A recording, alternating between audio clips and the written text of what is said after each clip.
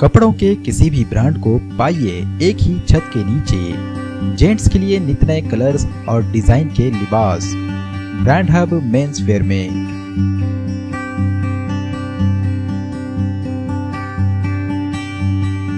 Shirts, T shirts, jeans या फिर trouser, हर किस्म के नेशनल और इंटरनेशनल तमाम बड़े ब्रांड की कंपनियों के लिबास का मरकज। सीजन हो या ऑफ सीजन, हमेशा मिलेगा कम से कम 50% से 90% तक का डिस्काउंट।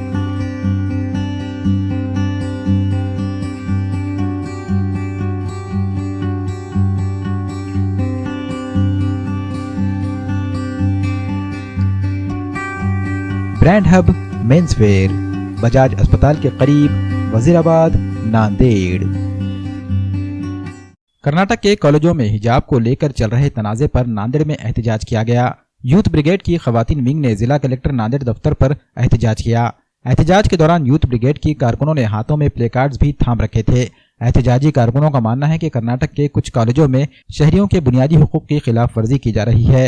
एहतजाजी खवातीन ने इल्जाम लगाया कि तमाम मज़ाहिब के लोग अपने अपने मजहबी शुआर के साथ कॉलेजों में आ जा सकते हैं, तो फिर अपनी मर्जी से हिजाब पहनने वाली तालिबात को बेहिजाब क्यों किया जा रहा है। मुल्क के सदर जमहूरिया को लिखे एक मकतूब में इन्होंने कॉलेजों के इस तासुब के खिलाफ कार्रवाई की भी मांग की। जिला कलेक्टर के जरिए यूथ ब्रिगेड की खवातीन विंग ने ये मकतूब सदर जमहूरिया हिंद को रवाना किया। तुमको दे दी ब्रेकिंग न्यूज।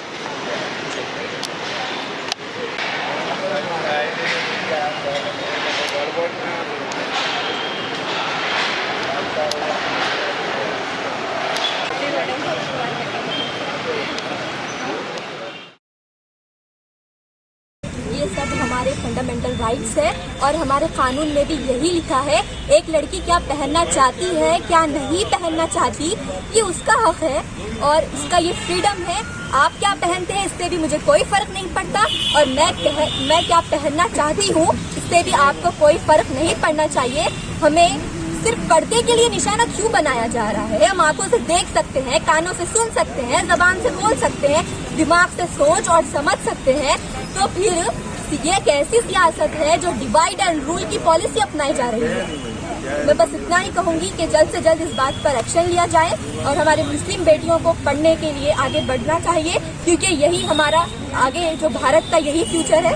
आज हम कलेक्टर साहब को मेमोरेंडम देकर आए हैं और बहुत ज़्यादा उम्मीद रखते हैं कि बहुत से जल्द ही जल्द कार्रवाई की जाएंगी। In 8 colleges of Karnataka, Muslim girls are not allowed in colleges with hijab. Hijab, it's our right. It's bestowed upon girls by Allah Subhanahu wa Taala and by Indian Constitution also. Our Indian Constitution grants freedom to every Indian about their religious affairs. Then also, in educational institutions, Muslim girls are suffering injustice about hijab. I say shame on Kundanpura colleges of Karnataka for victimizing Muslim girls.